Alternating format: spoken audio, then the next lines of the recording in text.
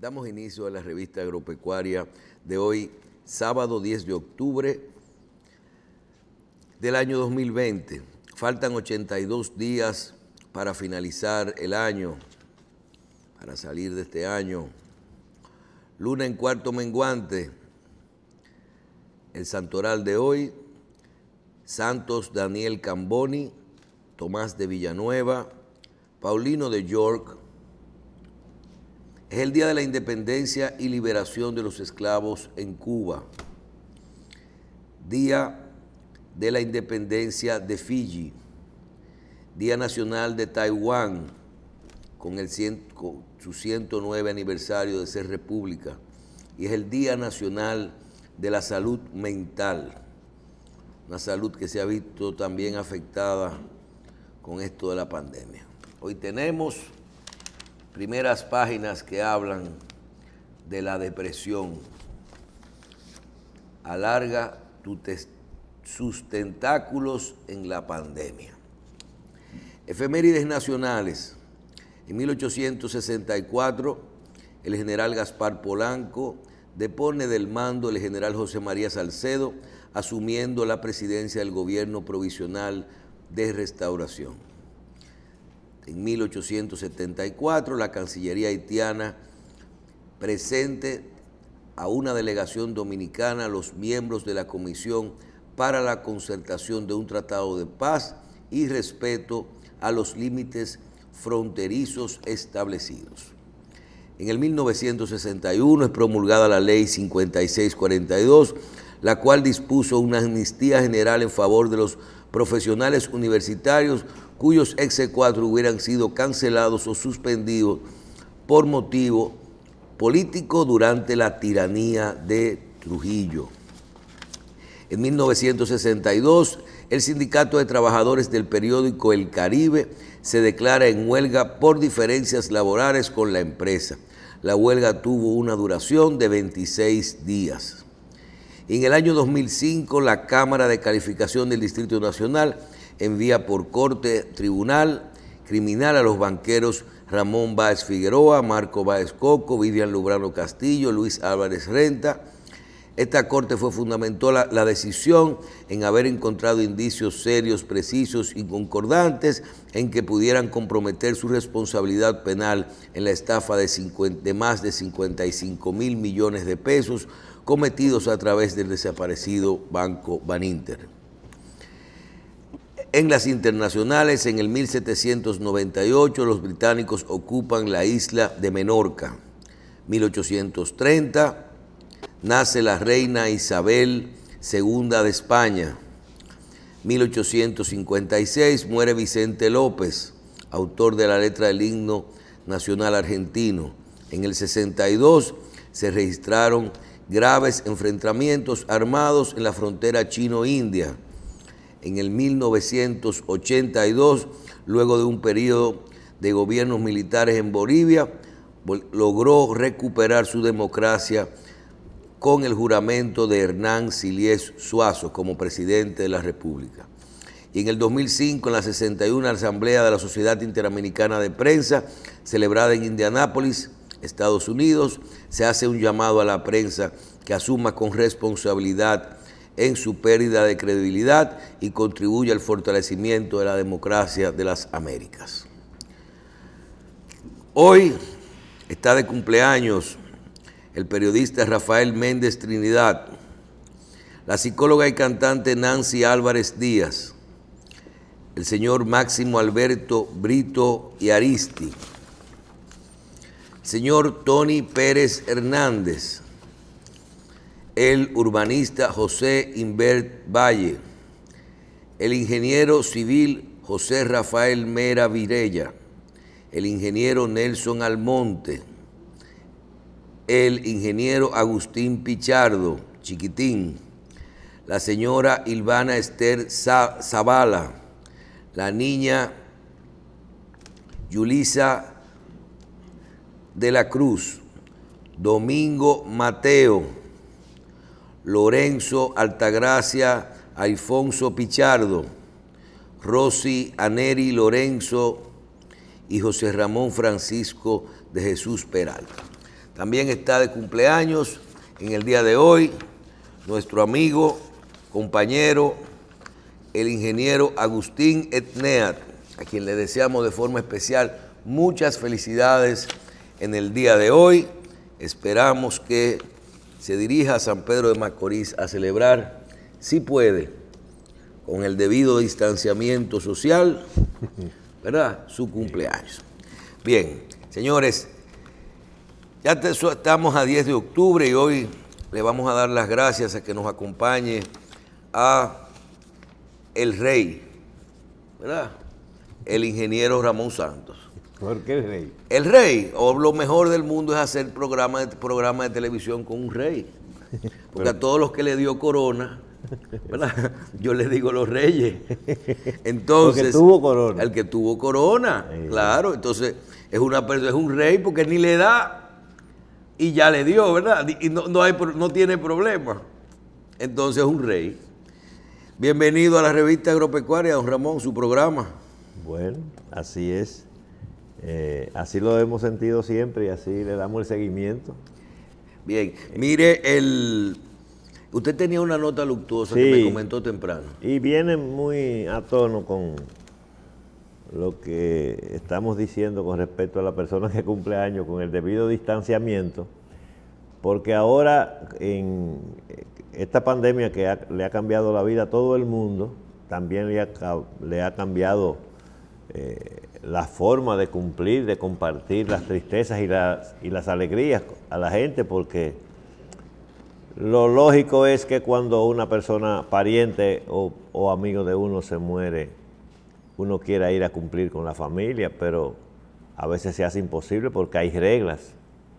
Y hay reglas de los que mueren por COVID y hay reglas que también aplican para los que no mueren por el COVID. Y esto es más que una nota luctuosa, es una nota luctuosa y un comentario con respecto a esta terrible enfermedad, por lo que yo siempre, cuando tengo la oportunidad de dirigirme al público, le digo a la gente que no jueguen con eso. Hay gente que se ha tomado eso como un relajo. Los que hemos tenido corona, como dice Michelle, sabemos la secuela que sucede. En muchos casos se sufre más después de estar curado que durante la enfermedad, en muchísimos casos. Y hay gente que ha fallecido posterior a estar curado por el daño que ese malvado virus le ha hecho a órganos que a veces no tienen ninguna deficiencia o una ligera deficiencia, como en el caso del corazón y del cerebro. Eso le transforma hasta la manera de pensar a la gente. Son dos, y uno no es técnico en la materia, pero uno tiene que deducirlo, porque la OPS establece como obligatorio, luego de curarse, aun cuando no aprueba los medicamentos que se estén usando, establece que cada quien que termina la etapa de curación de ese virus tiene que hacerse una evaluación cardíaca y una evaluación cerebral, no sé cómo, un neurólogo tiene que hacerle una evaluación, que eso implica, yo siempre me he preguntado, y no sé a dónde habrán tantas máquinas y cómo los pobres podrán hacer eso, meterlo en unos equipos que no a todo el mundo se los recomiendan, pero a la mayoría sí, en unos equipos que son un trabajo costosísimo. En ese orden de ideas, un amigo nuestro y relacionado con la familia de mi esposa, el señor Gustavo Conde, venezolano, que se casó con una sobrina de mi esposa también, Sara Comprés, hija de Lulú Comprés y de Nieves, María de las Nieves Comprés, falleció en Miami ayer, después de 3 meses de batallar con el COVID. Ingresado sin ninguna deficiencia conocida, que tuviera que decirse que tenía un problema cardíaco de ninguna clase. Quizás su único error fue tal vez dilatarse unos días, un día o dos, porque estuvo con unas personas juntos, le dio a su hijo, le dio a su esposa, y al final él fueron y lo internaron. Quizás eso fue su único error. 3 meses y días batallando con eso. Le dio de todo, de todo. Siendo enfermedades que pudieran ser, eso le atacó todo. Ahí hubo desde todo, para no decir de otra cosa, batallando 3 meses en un hospital americano. Y no como se dice aquí, que la gente está allá y que la atención allá es peor por la situación y qué sé yo, que no. Con muchos médicos amigos, porque él es piloto, también se dedicaba a la venta de aviones, y eso le da un estatus de relaciones con muchos médicos que se mueven de un país a otro, etcétera, y un tipo sobre todo que era muy amistoso, muy familiar y una persona muy agradable. Y falleció ayer. Y en la misma línea también queremos anunciar, y por eso hacíamos la advertencia en principio, porque a veces cuando se le muere un amigo o un conocido a uno quisiera arrancar para allá como era antes. Ahora no, tú arrancas y llegas a la funeraria y te dicen, no, usted no puede entrar porque hay una limitación, entonces tú te sientes mal. Hay gente que no entiende ese tipo de cosas, pero falleció ayer la madre del general Hugo Pérez Comprés, general médico que trabajó en fue administrador del hospital militar, fue de la escolta del presidente Leonel Fernández, de la escolta médica. También es la madre de Francisco Pérez, que es un empresario santiaguense, que vive en Santiago, mejor dicho, porque es mocano, y tiene una tienda de las más famosas de Santiago. Rosa Luisa y Carlos Pérez Comprés, que vive fuera del país. Esa es la madre, cuyo padre, Hugo Pérez Caputo, tiene 16 años postrado en una cama con un problema de Alzheimer, pero el corazón, sí, y el corazón dejó de funcionarle a su esposa, Cacán, como le llaman, una familia de la sociedad de Moca, con la que compartimos, y toda la sociedad mocana compartió muy bellos momentos, porque eran personas muy agradables, o son, porque aunque ya tiene 16 años postrado en una cama, alimentado artificialmente, el doctor Hugo Pérez Caputo. Así que eso queríamos decir. Bien. Una de las principales informaciones que tenemos en el día de hoy, nos trae el periódico Diario Libre, nos dice que la prensa, la pandemia resalta la importancia de dar apoyo a la agricultura sostenible. La pandemia que azota al mundo ya deja con el tiempo y los días que pasan grandes lecciones. Entre ellas, la importancia de la agricultura sostenible para preservar el medio ambiente, una estrategia que está en el ADN de la Fundación de Microfinanzas BBA y que será reforzada, afirmó el jefe y presidente Rafael Flores. La pandemia lo que va a producir es una aceleración de este enfoque y de concienciación social hacia proteger la naturaleza, la agricultura, el medio ambiente, y no solo en entes sin ánimo de lucro como la Fundación de Microfinanzas BBA, sino también en la mayor parte de las empresas, dijo Flores. El 35% de los 2,4 millones de clientes que tiene esta fundación, que fue creada en Panamá en el 2017 y que tiene representación en Panamá, República Dominicana, Colombia, Perú y Chile. Son pequeños productores del campo y del sector que durante la pandemia han mantenido casi completamente operativo el sector. Yo creo que aquí se ha hablado mucho de eso y con todos los problemas no vi que a nadie le faltó una libra de arroz durante la pandemia. Faltaron empleos, faltó salud, movilidad, dinero, transporte, ¿verdad? pero no a la agropecuaria. Por lo menos en República Dominicana las cosas básicas, no estamos hablando de precios. No. ¿Verdad? Eso es otra cosa. No estamos hablando de precios, estamos hablando de la garantía de que todos los días uno vaya al supermercado y encuentre con lo que quiere. Y encuentre con qué comer. Sí. ¿Verdad? Lo primero que es... no es el tenedor ni la boca. Claro que lo que usted anda buscando.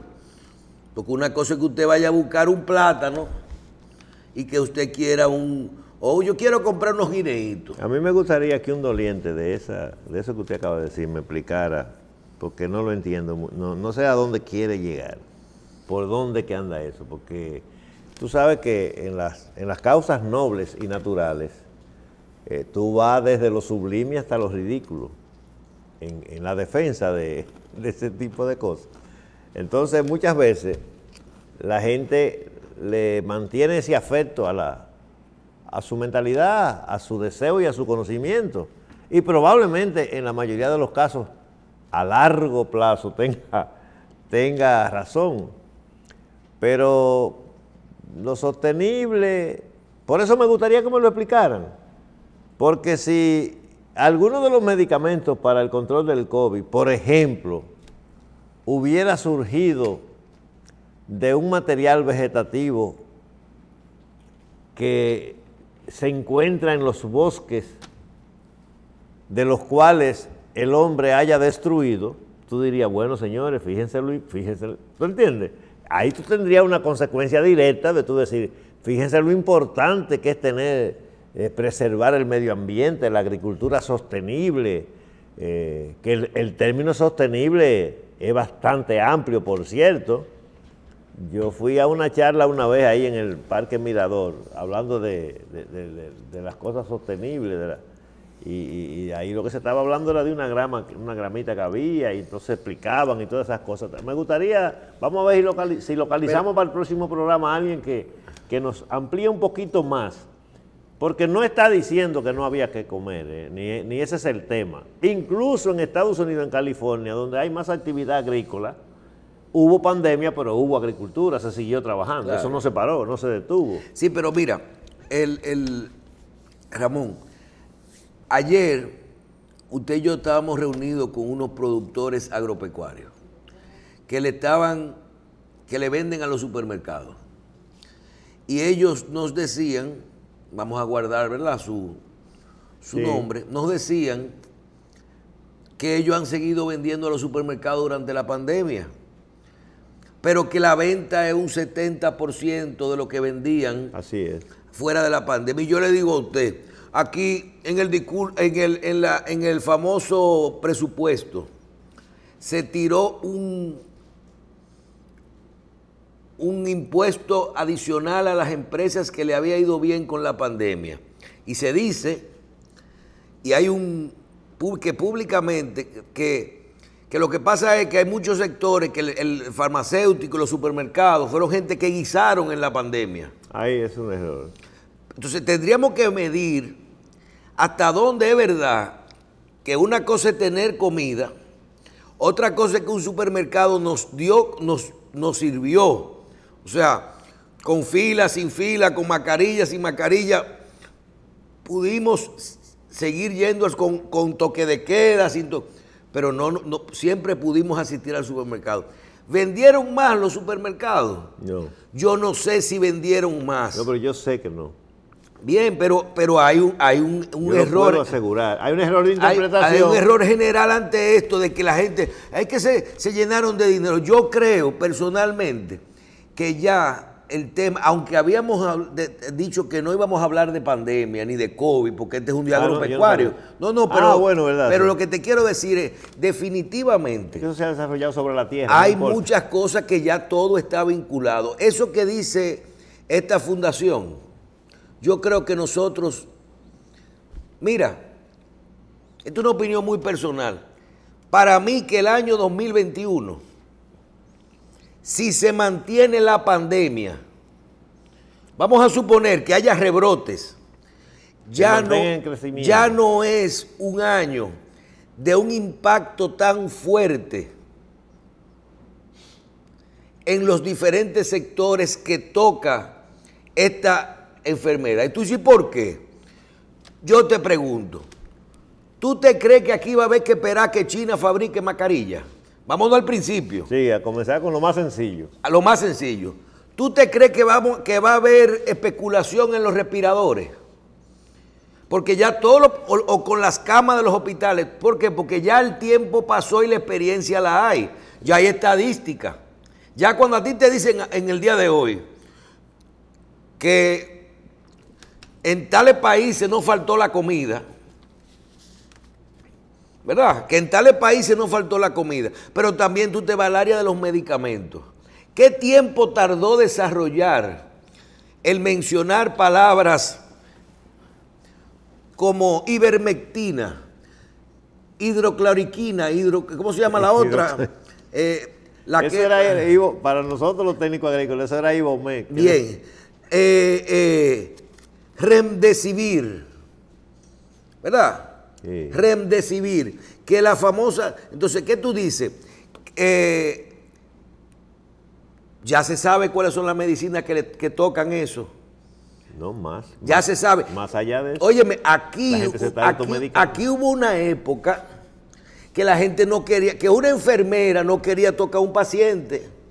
Aquí José Joaquín Puello hizo un programa de televisión que se hizo famoso en las redes, mira, donde él decía, hay que ver a un paciente en un cuidado intensivo de COVID, solo, que sabe que se va a morir, agarrarse de una enfermera y esa enfermera no le quiere poner la mano.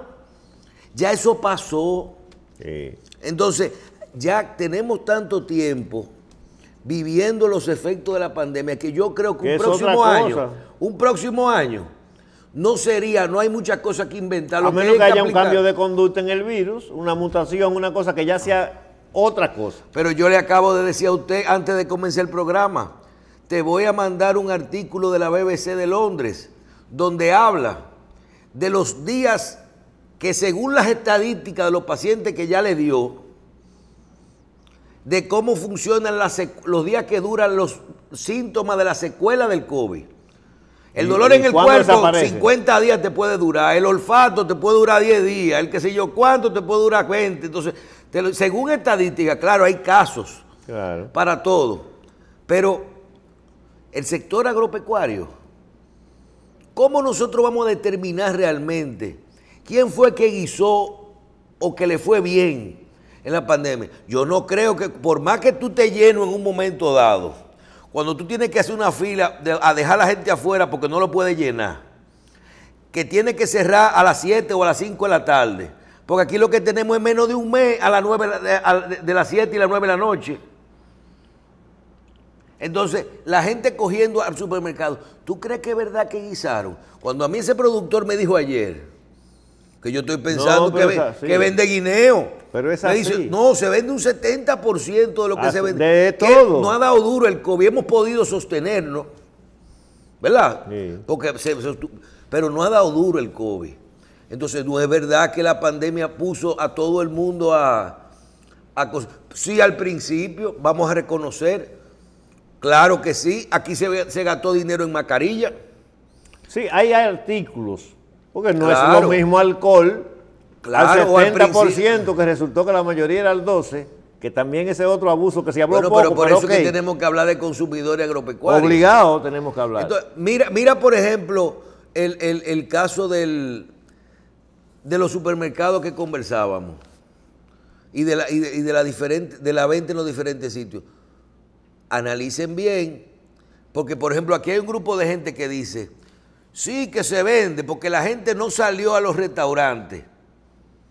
La gente no estaba gastando tanto en restaurantes, sino que estaba cocinando más. Y al tú cocinar más, tú comprabas más en el supermercado. Bueno, eso tiene algo de lógica. Sí. Pero también hay otro que viene y te dice, pero ahí en los supermercados compraban los restaurantes. Y hay otro que te dice, y en los mercados compraban los hoteles. Sí, así es.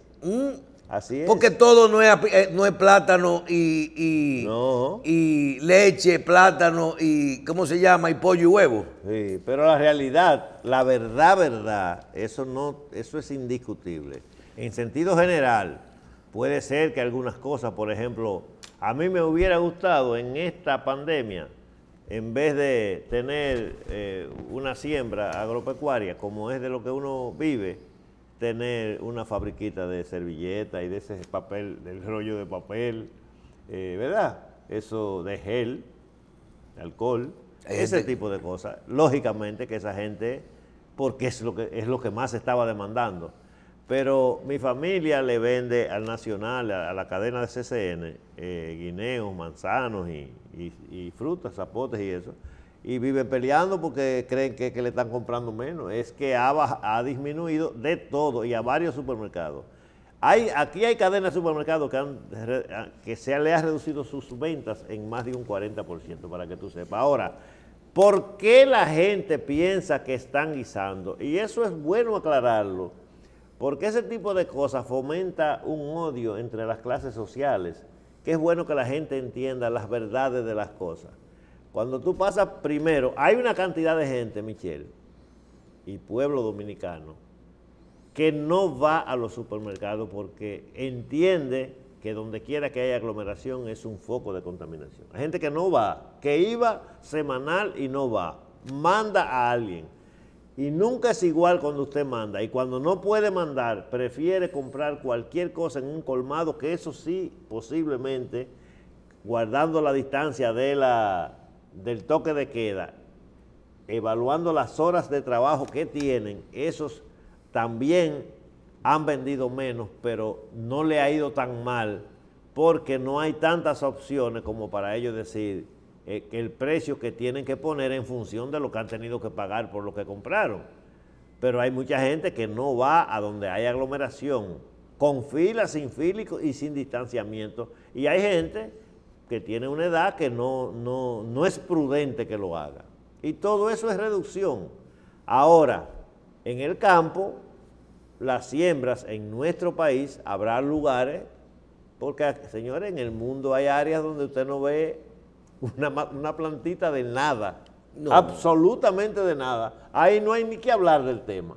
A eso le tiene que llegar, y también habrá encarecido por el tema de los transportes, de que le tiene que llegar los víveres de República Dominicana, de Costa Rica, de aquí y de allí. No, y las fronteras estaban cerradas. Pero en el caso que nos ocupa en República Dominicana, no estamos defendiendo clases sociales, estamos tratando de edificar la gente para que eso nos sirva como un fomento de separación, porque a veces las clases dicen, no, esos se bañaron, esos sí han guisado, porque la gente pasa por enfrente de un establecimiento, de una farmacia y de un supermercado y ve la fila en la calle, que algunas veces es para el banco, igual que los bancos. Los bancos no, lo que al banco le cuadra es tener su horario normal y que haya esa aglomeración y coger los numeritos y la fila, que la aglomeración y la fila lo que lo da es la pandemia, el distanciamiento. Si dejan entrar 6 personas o 10 a un establecimiento bancario, farmacéutico o supermercado, eso tiene que ajustarse a esos 10 durante el día, y si eso da para atender el 60% de los clientes, dio, y los otros se van descartando ellos mismos. No, yo no voy porque la fila está muy larga. Bien, vamos a continuar y vamos a decirle un poquito a la gente que, aunque vamos a incluir, hablar un poquito seguir hablando del discurso del presidente Luis Abinader, pero vamos a ver si no tocamos la parte muy política, ¿verdad? Sino la parte que interesa. Yo creo que sí, porque yo creo que hay que iniciar con las dos partes de ese discurso, no sé si usted, ingeniero, comparte mi opinión, de que pasó desapercibido algo interesante, y es que el presidente anunció a la gente dos cosas. Una, que todo el presupuesto para el 2021 que se presentó solo van a haber 5 áreas que se va a incrementar el presupuesto: la salud, la educación, la seguridad ciudadana, ¿verdad? Sí. Obras públicas y agricultura.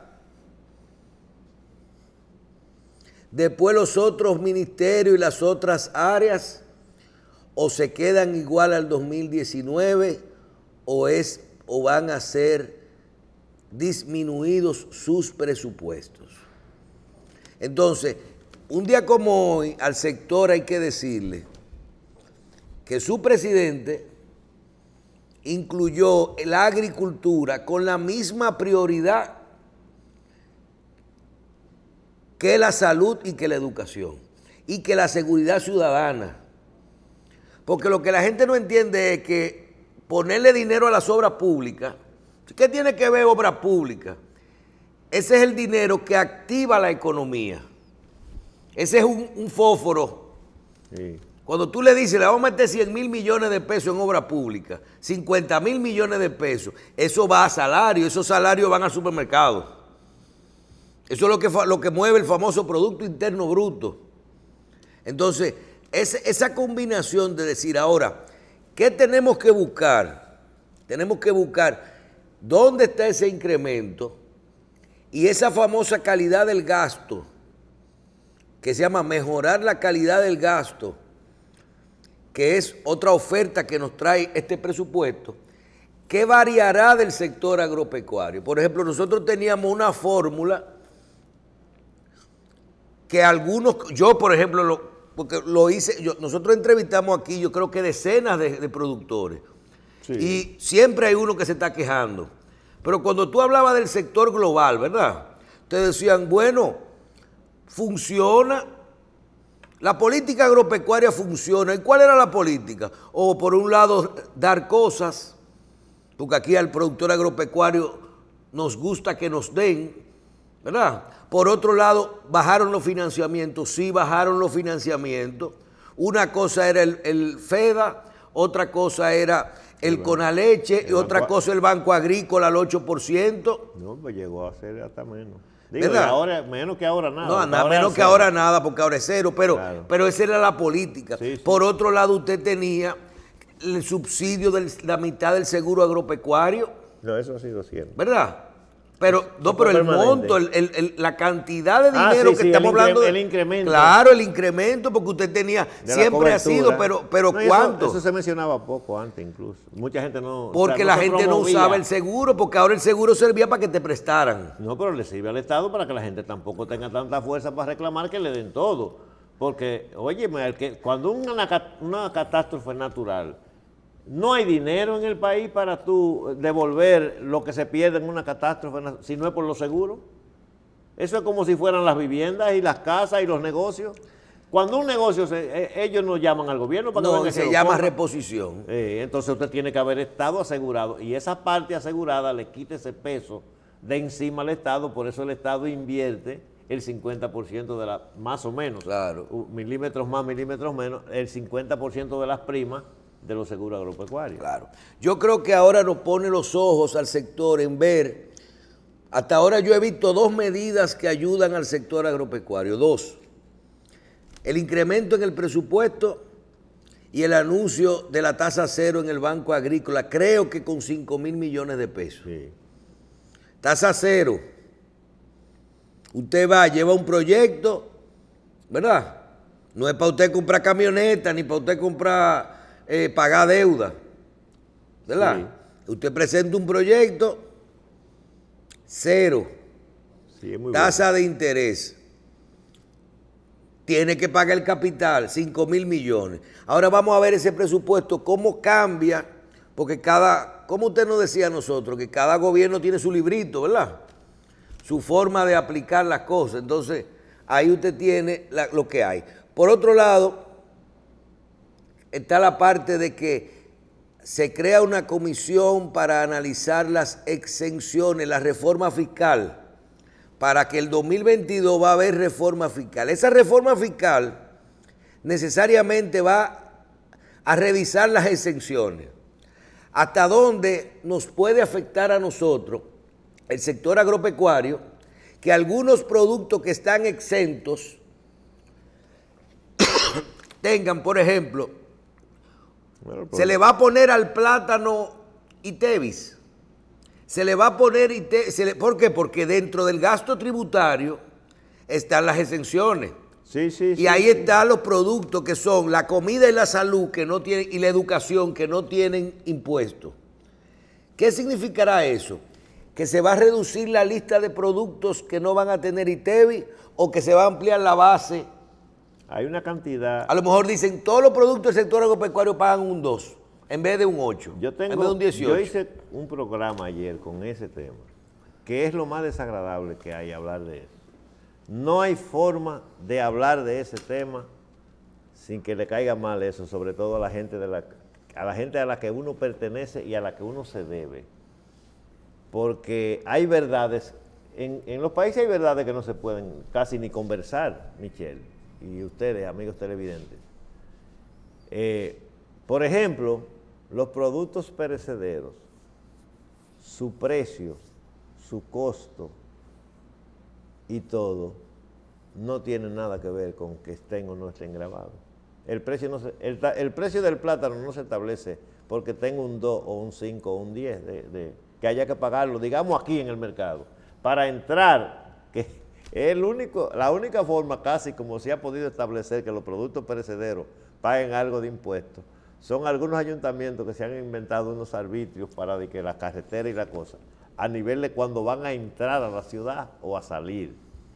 Pero el plátano no tiene absolutamente nada que ver con que pague un 5, no sé. El plátano se vende de acuerdo a la oferta que hay en el momento, a la cantidad. Si hay mucho, se vende más bajo y si hay poco, se vende más caro.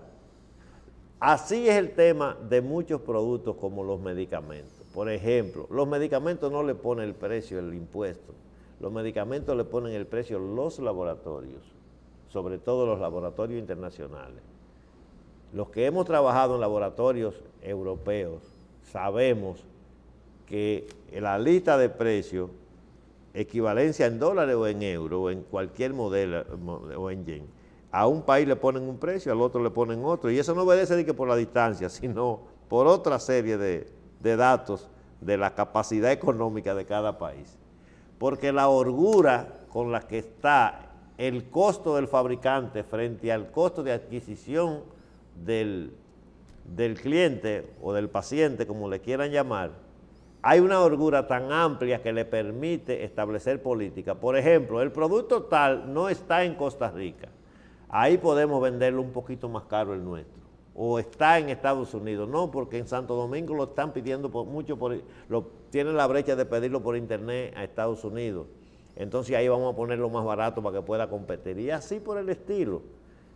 Entonces, hay muchísimas cosas que son realidades del mercado que la gente común y corriente, la mayoría, las grandes mayorías nacionales no conocen. Usted trae sandía, usted trae zapote, ¿usted sabe cuántos millones de zapotes se pierden aquí en el país? Perdidos en la finca. Yo creo que cerca de la mitad de los zapotes se están perdiendo aquí. No es por falta de mercado, es sencillamente por falta de mercado, pero hay demanda fuera del país. Yo conozco un grupo que ha invertido 20 o 30 millones de pesos aquí para lograr, y tienen pedido y tienen todo, y no han podido arrancar la empresa por una cantidad de inconvenientes que no viene al caso decir. Pero cuando los zapotes la gente va y se lo paga, los dueños de la finca se lo quieren los intermediarios, porque no es intermediario para guardarlo ni para procesarlo, es para traerlo para el mercado. Porque hay mucho, y si no te lo puedo pagar más de $1.50, $2 la unidad. a veces una gran parte de la gente para meter gente extraña a su finca, porque el que lo compra es que lo tumba. Dice, no, por ese precio yo no voy a hacer desorden en mi finca. Y lo deja que se caiga. Primero porque lo que me van a dar son 3 centavos. Entonces, hay una serie de detalles, volviendo al tema de lo que dice Michelle, con respecto a eso, que es desagradable decirlo, pero es la verdad. Aquí en cualquier parte del mundo donde haya la política que hay aquí, la política de precios y el sistema, los productos perecederos no se venden porque paguen o porque no paguen. Usted va desde una mata de lechuga, que al día siguiente vale la mitad y al segundo día no vale nada, y si usted no la mantiene usted puede ayudar un poquito eso, pero manteniéndola a cierta temperatura.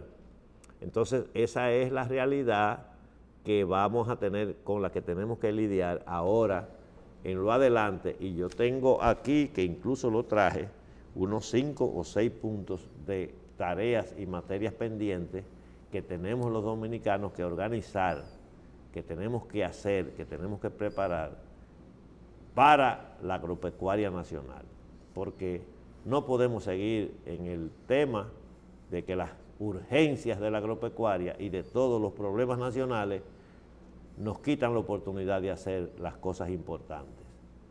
Y ya un país que vive de urgencias y de un plan, vamos a hacer un plan ahora contra la seguridad. No, aquí hay que sentarse. Y sí, aquí hay que hacer un estilo de policía federal, especializar 1% de que el 10 o el 15% de la policía sea especializada para bregar con un tipo de delincuencia. El país tiene que sentarse y hacerlo, porque no podemos estar, vamos a hacer el plan rápido, el plan barrio seguro, ya esos planes, las naciones tienen que hacer sus planes de mediano plazo y de largo plazo. No podemos estar atendiendo solo las urgencias. Así es que yo no sé si usted piensa que debemos ir a una pausa para que... Vamos a una pausa, vamos a decir que este programa, Revista 110, se transmite por Coral, Canal 8 y Canal 39, se transmite también por Carivisión, Canal 26 y Canal 22, se transmite por CTN, Canal 28, se transmite por La Voz del Trópico, 790 AM y Canal 54. Este programa tiene 6 transmisiones en 24 horas. En todos los horarios usted puede entrar a su televisor y usted va a recibir, puede identificar la revista 110. También puede acceder a través de todas nuestras plataformas digitales, a través de carivisión.online, revista110.online, vía streaming, y en Facebook Live en Revista 110. Yo creo que a nivel nacional lo puede recibir por todas estas vías, y en Estados Unidos a través de las principales cadenas de cables, sobre todo del este de los Estados Unidos. Vamos a una pausa y regresamos inmediatamente con la revista agropecuaria correspondiente a hoy sábado.